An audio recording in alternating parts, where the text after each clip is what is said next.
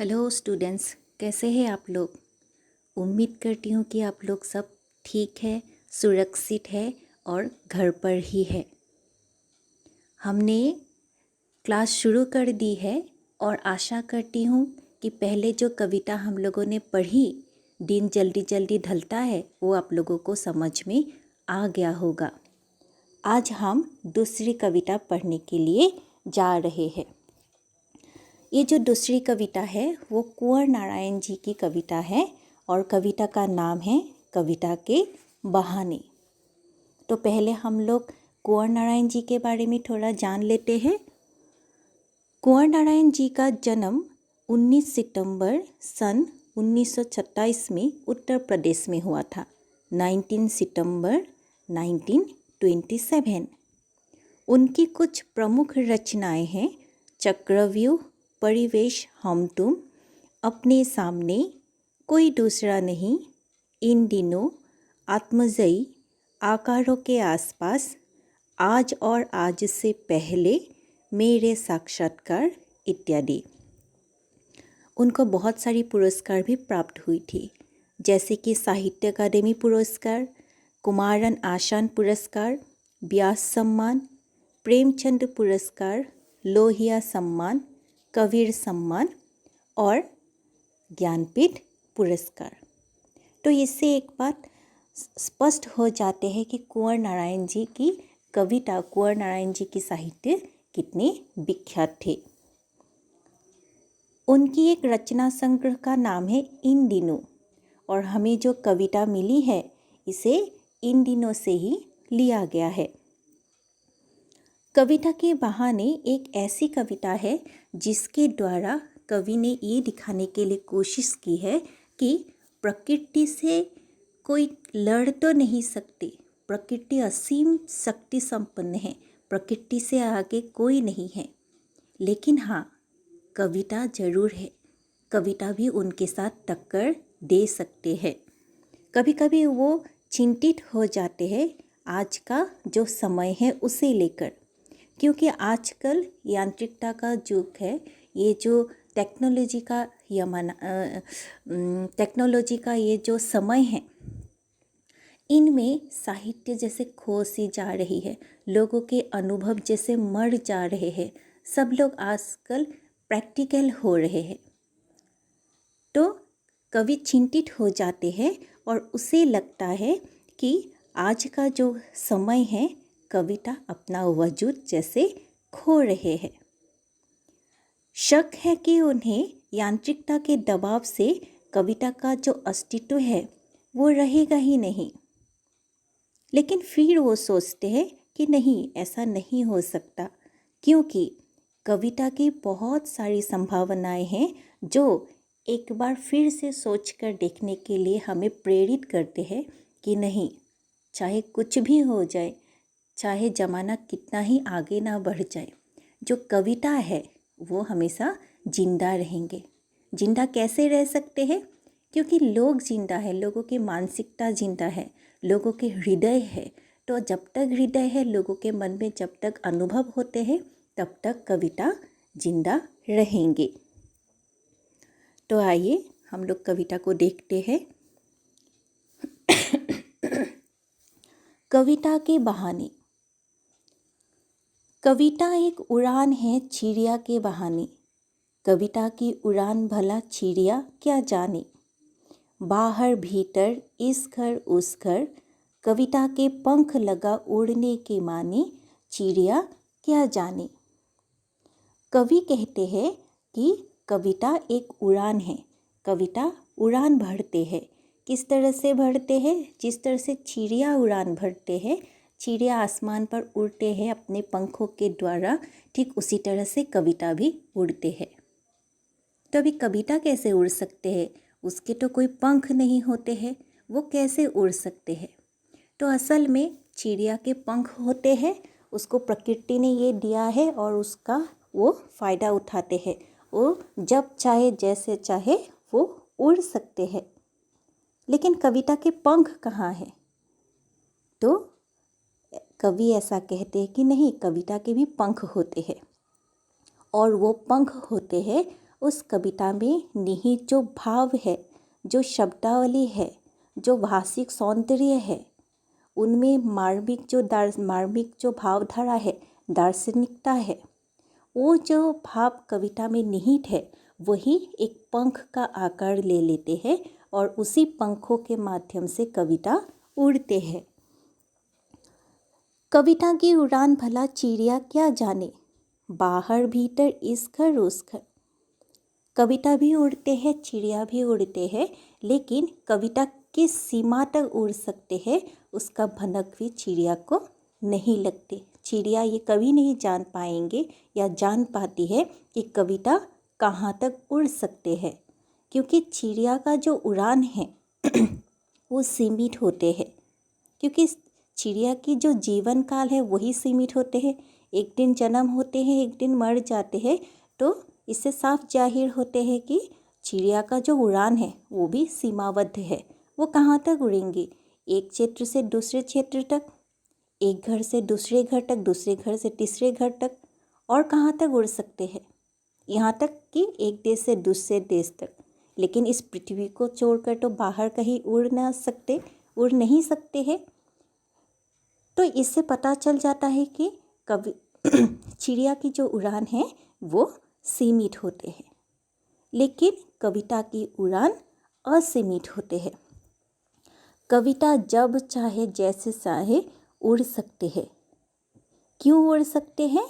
क्योंकि उसमें भाषा की, शब्द की, अलंकार की, रस की, कवि के जो मनोदशा है उसकी भावधारा निहित होते हैं और वो जाकर सीधे लोगों के हृदय पर पहुंच जाते हैं।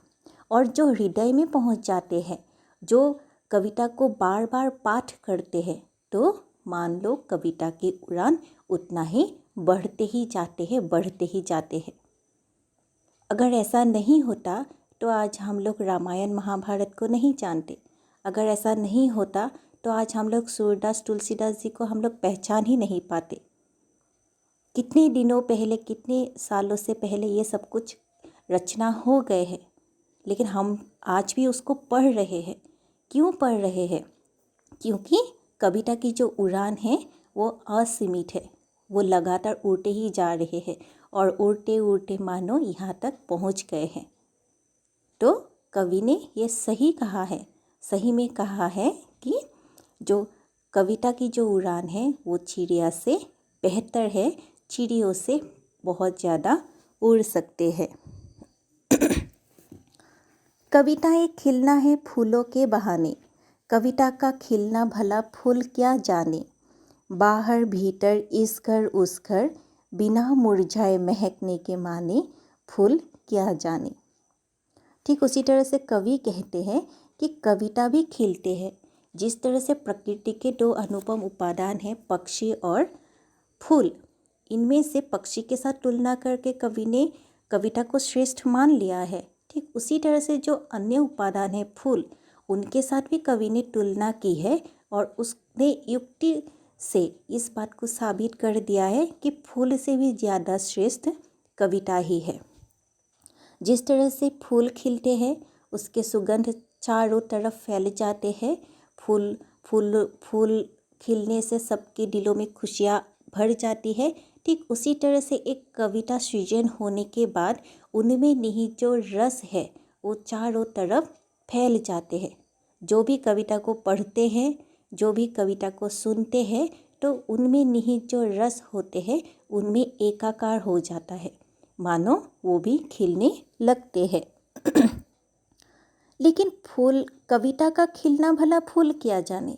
लेकिन कविता किस तरह से खिल सकते हैं उसके बारे में फूल कोई अंदाज़ा नहीं लगा सकते, क्योंकि फूल के खिलने के साथ उसकी परिणति निश्चित है। फूल खिलेंगे और एक दिन मुरझा जाएंगे। फूल लगातार खिल नहीं सकते हैं।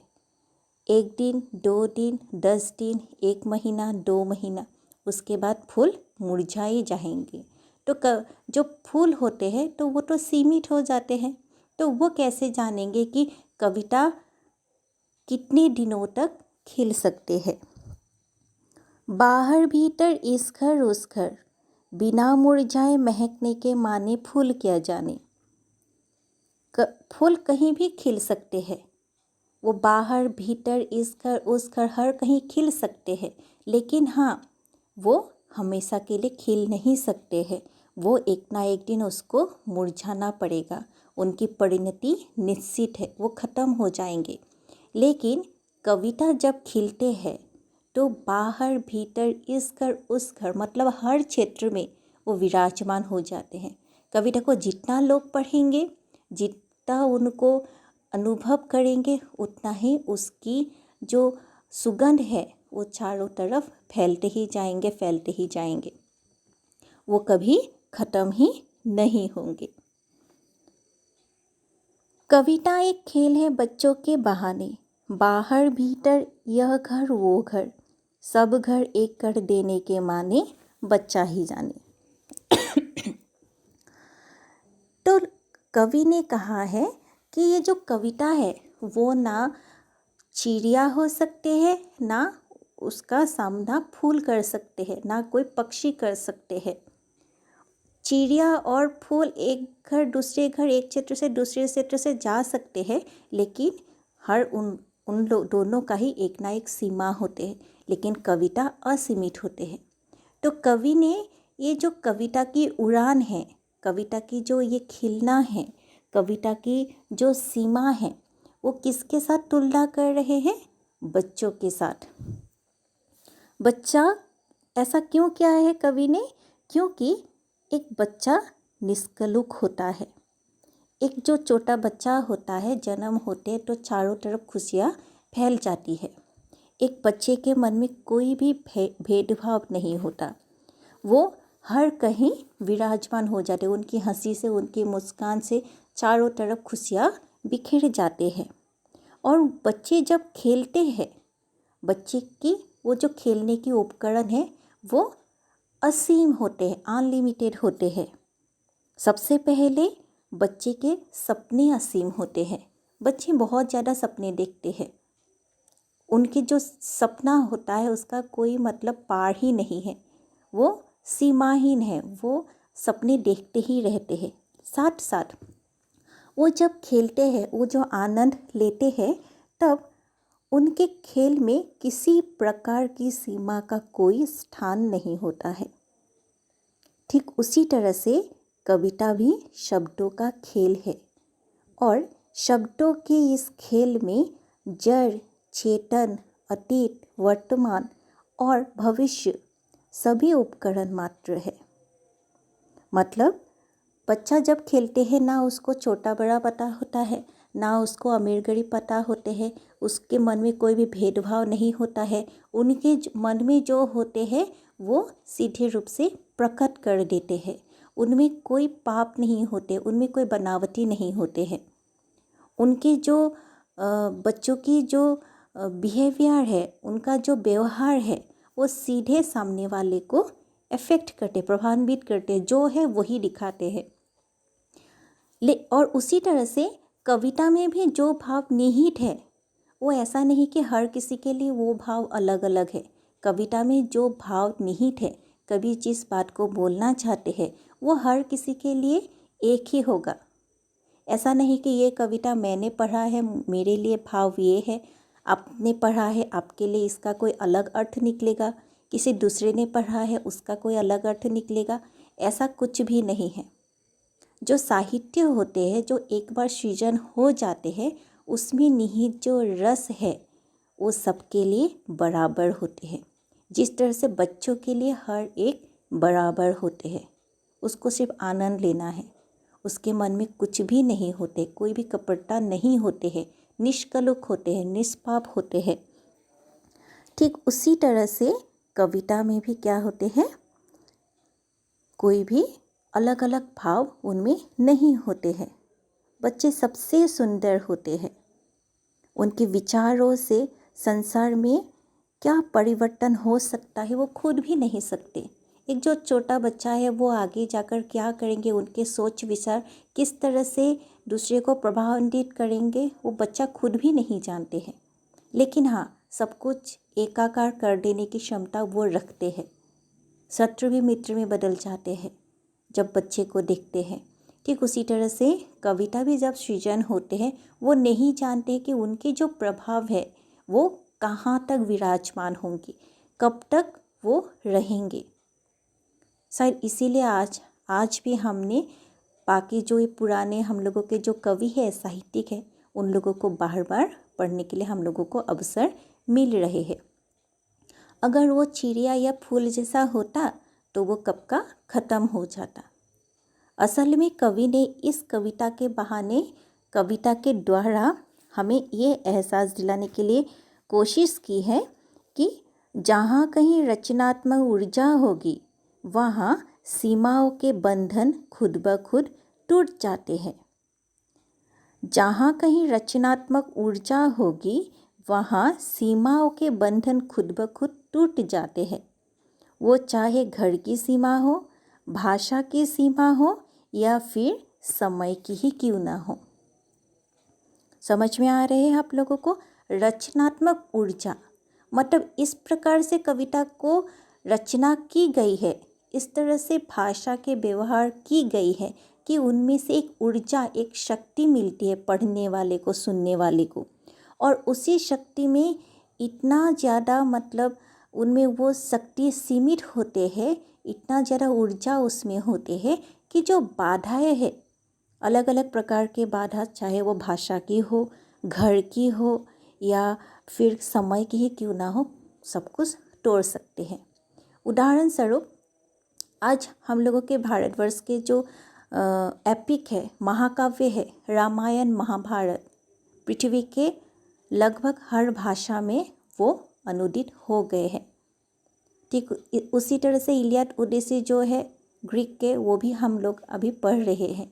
या जो बाकी जो कुछ सिनेमा होते हैं, गाना होते हैं, वो अनुदित हो जाते हैं, उनको हम महसूस करते हैं, उनको हम पढ़ते हैं, उसको हम लोग अनुभव करने के लिए कोशिश करते हैं।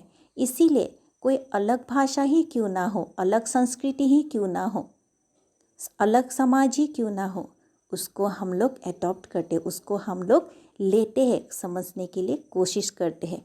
वो होते हैं भाषा की जो ताकत, रचनात्मक ऊर्जा, साहित्य में छिपी हुई जो ये साहित्यिक ऊर्जा ही है जिसकी बदौलत हम लोग आज सब एक है। अलग अलग होने के बाद भी हम लोग एक है। तो ये जो कविता है उसके द्वारा कवि ने ये दिखाने के लिए कोशिश की है, ये स्पष्ट किया है कि कविता में असीम शक्ति होते हैं, वो हर किसी बाधा को तोड़कर आगे बढ़ सकते हैं। इसीलिए कविता के साथ किसी की तुलना किया जा सके तो वो तुलना किसके साथ हो सकता है? सिर्फ और सिर्फ बच्चों के साथ। बच्चे भविष्य होते हैं, कविता भी भविष्य होते हैं। दोनों में अपार शक्ति है, दोनों में अपार विचारधारा है, दोनों में अपार ऊर्जा है जो हर कहीं एक परिवर्तन लाने में सक्षम हो सकते हैं। तो स्टूडेंट्स, आप लोगों को शायद से समझ में आ गए होंगे। एक बार कविता को अच्छी तरह से पढ़ लेना। इसमें किताब में ही एक समरी भी दिया गया है, सारांश भी दिया गया है, उसको भी आप लोग पढ़ लीजिए तो आप लोगों को समझ में आ जाएंगे। कविता के बहाने में इसमें कुछ क्वेश्चंस भी है, प्रश्न भी दी गई है, थोड़ा उसका भी हम लोग आलोचना कर लेते हैं। सबसे पहले है, इस कविता के बहाने बताए कि सब घर एक कर देने के माने क्या है। कविता के द्वारा ये बताने के लिए कोशिश की है कि सब घर एक कर देने के माने क्या है। तो कवि ने यहाँ कहा है कि जिस प्रकार बच्चे खेलते समय घर के सभी बंधनों को तोड़ देते हैं और अपने भावना शक्ति से हर घर को एकाकार कर देते हैं, उसी प्रकार कविता के बहाने इस कविता से सब घर एक कर देने का तात्पर्य यही है कि कविता की कोई सीमा नहीं होती। वो कल्पना शक्ति के द्वारा अपनी उड़ान भरकर हर जगह महक सकता है। कवि के अनुसार कविता हर स्थान को एकाकार कर देती है। कविता एक शब्दों का खेल है जहाँ जड़, चेतन, अतीत, वर्तमान और भविष्य सभी उपकरण मात्र है। जहाँ भी रचनात्मक ऊर्जा होगी वहाँ सीमाओं के बंधन खुद ब खुद टूट जाते हैं। असल में एक और प्रकृति होते हैं और दूसरी ओर बच्चे होते हैं जो हमेशा भविष्य की तरफ कदम बढ़ाते चले जाते हैं। दूसरा क्वेश्चन है उड़ने और खिलने का कविता से क्या संबंध है? तो उड़ने और खिलने का कविता से संबंध है थोड़ा बहुत। वो क्या है कि जिस प्रकार चिड़िया उड़ान भरते हैं अपने पंख के सहारे, उसी प्रकार कविता भी उड़ान भरते हैं। कविता में कवि कल्पना रूपी पंख लगाता है, जहाँ शब्दावली, भाषा और भाव निहित है। परंतु चिड़िया एक सीमा तक ही उड़ सकते हैं, लेकिन कविता की उड़ान शक्ति असीम होते हैं। वो हर लोग एवं समाज के साथ साथ उड़ता ही रहेगा। वो उड़ते ही रहते हैं। कविता कभी नहीं थकती। ठीक उसी तरह से जिस प्रकार फूल खिलते हैं और महकते हैं, उसी प्रकार कविता भी कवि की कल्पना के शब्द, भाषा, सौंदर्य एवं भावना से खिल उठते हैं और शब्दों के पीछे छिपे गहरे महत्व के द्वारा पूरे वातावरण में अपनी महक छोड़ देती है, जिसे रस कहते हैं, जो कालजयी होते हैं। लेकिन एक बार फूल खिलने के बाद वो अवश्य ही मुरझा जाएगा, लेकिन शब्दों की पंखुड़ियों से बना कविता कभी नहीं मुरझाते और बिना मुरझाए ही सदैव महकते रहते हैं। कविता और बच्चे के समानांतर रखने के क्या कारण हैं? कवि ने कविता और बच्चों को समानांतर रखा है क्योंकि बच्चे की तरह कविता भी निष्पाप और कोमल है। कविता भी शब्दों का एक खेल ही है। जिस प्रकार बच्चे खेलते समय किसी भी उपकरण का प्रयोग करके सारी बाधा और सीमाओं को तोड़ देते हैं, ठीक उसी प्रकार कविता भी अपनी कल्पना शक्ति के द्वारा सारी बाधाओं को लांघ सकते हैं। बच्चों की खेल की उपकरण की तरह ही कविता में भी जड़, चेतन, अतीत, वर्तमान, लौकिक, पारलौकिक सभी उपकरण मात्र ही है। अर्थात आप चाहे जब भी हो, उसमें कोई सीमा नहीं होती, उसमें कोई भाषा की कोई पाबंदी नहीं होती। अगर ऐसा होता तो कोई किसी दूसरी भाषा में नहीं पढ़ रहे होते। ऐसा अगर होता तो नहीं कि मैंने कोई कुछ काम मैंने पहले किया था, मैं करूँगी, या मैं अभी बैठे तो हुई हूँ इधर, लेकिन मैं अपने मन से सोच सकती हूँ कि मैं कहीं दूसरे ग्रह में बैठी हुई हूँ और वहाँ जाकर कविता लिख रही हूँ। सोच सकते हैं ऐसा, क्योंकि सबसे तेज मन होते हैं, हृदय होते हैं, और कविता मन से ही निकलते हैं और दूसरे के हृदय में जाकर बस जाते हैं। तो उससे ही ये बात साफ पता चल जाता है, उससे ये बात ज्ञात हो जाते हैं कि कविता की जो शक्ति है वो प्रकृति के दो अनुपम उपकरण, अनुपम उपादान चिड़िया या फूल के साथ भी तुलना नहीं किया जा सकता। कविता उन दोनों से भी श्रेष्ठ है। तो आप लोग कविता पढ़ लीजिए अच्छी तरह से। मैं आशा करती हूँ कि आप लोगों को ये समझ में आ जाएंगे, और मैं आप इसके साथ क्वेश्चन आंसर्स भी मैं दे दूँगी, आप लोगों को पढ़कर देख लेना, अच्छी तरह से लिख कर रखना। और नेक्स्ट क्लास में हम लोग नेक्स्ट एक नई लेसन लेकर आएंगे। धन्यवाद, धन्यवाद, धन्यवाद।